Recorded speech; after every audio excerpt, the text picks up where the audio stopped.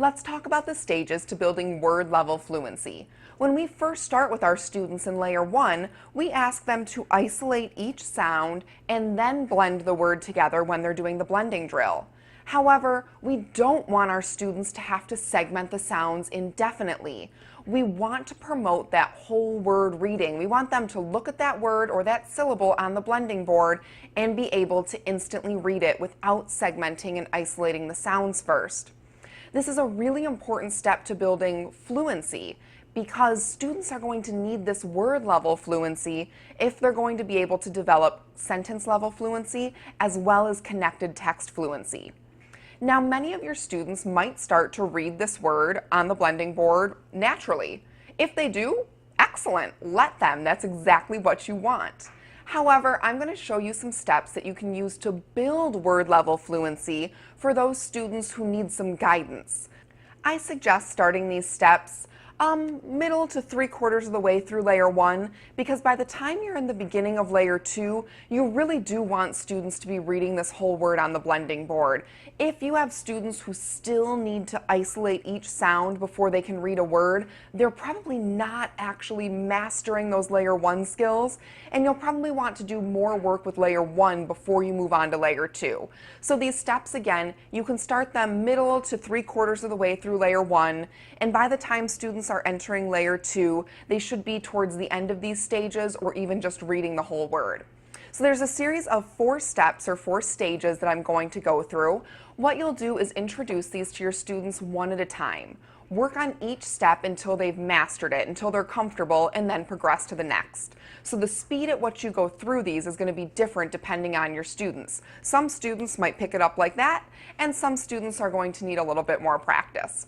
So just to review, what the students have been doing already in Layer 1 is saying each sound and then blending the words. So the students should have been doing this. Han. And then the teacher changes a card. She says fingers up, ready, read, and again the students are going ban. So that's what we've had them doing all along. When we want to transition to whole word reading, stage 1 is going to be that the students don't say the sounds and don't point with their finger. We're still going to give them time because the teacher is going to point and the students are going to think of the sounds in their head but not say them out loud. And then when the teacher says read, the students are going to sweep and read the whole word. So if you were my students, here's how I'd explain this to you. So I know your fingers have probably been getting really tired when you're pointing to all those sounds. Today we're going to do something different. Today I don't want you to point. I'm going to point. And as I point to each card, I want you to think of the sounds in your head. Don't say them, just think them. When I get to the end, I'm going to say ready, read. Everyone's going to lift up their finger and we're going to read the whole word. So we think about the sounds and then we read the whole word. Ready to do a couple? So as the teacher, here's what I would be doing.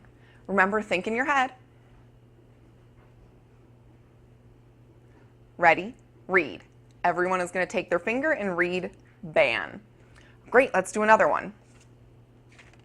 Think.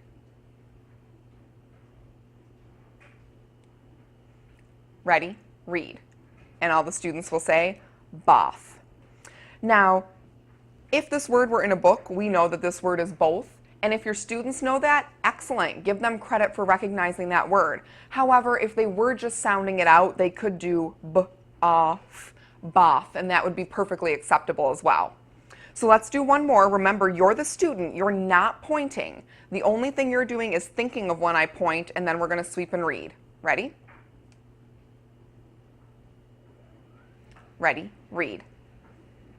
And I hope you read Geth. So you'll see we're still giving a lot of think time and we're still pointing out each sound, but now instead of saying those sounds out loud, the students are starting to move it into their head. So that's stage 1. You're going to work on that till they're comfortable. Stage 2 is that no one is going to point, neither the teacher nor the students. We're just going to give some time for the students to think, and then we're going to say ready, read, and sweep and read the whole word. So in order to give them some time to think, I like to say think, ready, read. Another thing that you could do is start to hold up 3 fingers to give them about 3 seconds worth of time. So you could do think, ready, read. And then everyone is going to sweep and read that word. During this time, they should be pointing with their eyes, thinking of those sounds, and then being ready to say that word. Ready to try a couple? All right. Remember, no one is pointing. Think. Ready, read. Good. Hopefully you said peck. Let's do another one. Think. Ready, read. Excellent. Think. Ready, read. Think. Ready, read. Nice. So you can even start going a little bit faster with that to be sure that they really are starting to get this and being able to move a little bit more quickly. The next stage when you're ready is essentially the same thing, except we are going to give individual students a chance to practice this. So this is the individual practice stage. The idea here being you want to make sure that every student can blend that word in their head and then say it out loud before you move on, because you don't want to leave anyone behind. So what I'm going to do is pretty much the same thing, except I'll call on an individual student. So I might say, Robin, this one's for you. Think. Ready, read. And Robin only will say lek. Now, if you want to have a little bit more fun, you can turn this into a game. I like to call this Beat the Teacher. The idea is still the same, except I let my students know they can say that word whenever they know it. They don't have to wait for me to say ready, read. So if they know it and I only have one finger up, awesome, they beat the teacher. The idea is to encourage them to start doing this quicker, and so they want to beat the teacher. They want to try and read that word before I actually get to saying ready, read. So it would look like this. I would go to another student. So I'd go, okay, Thomas, this one's yours. And Thomas might have shouted out, Pock, and I'll go, oh, great job, you beat the teacher. All right, let's have Anita try. Anita, are you ready? And she shouts out, path. Great job, Anita, I only had 2 fingers in the air. And I would go ahead and do that with some more students.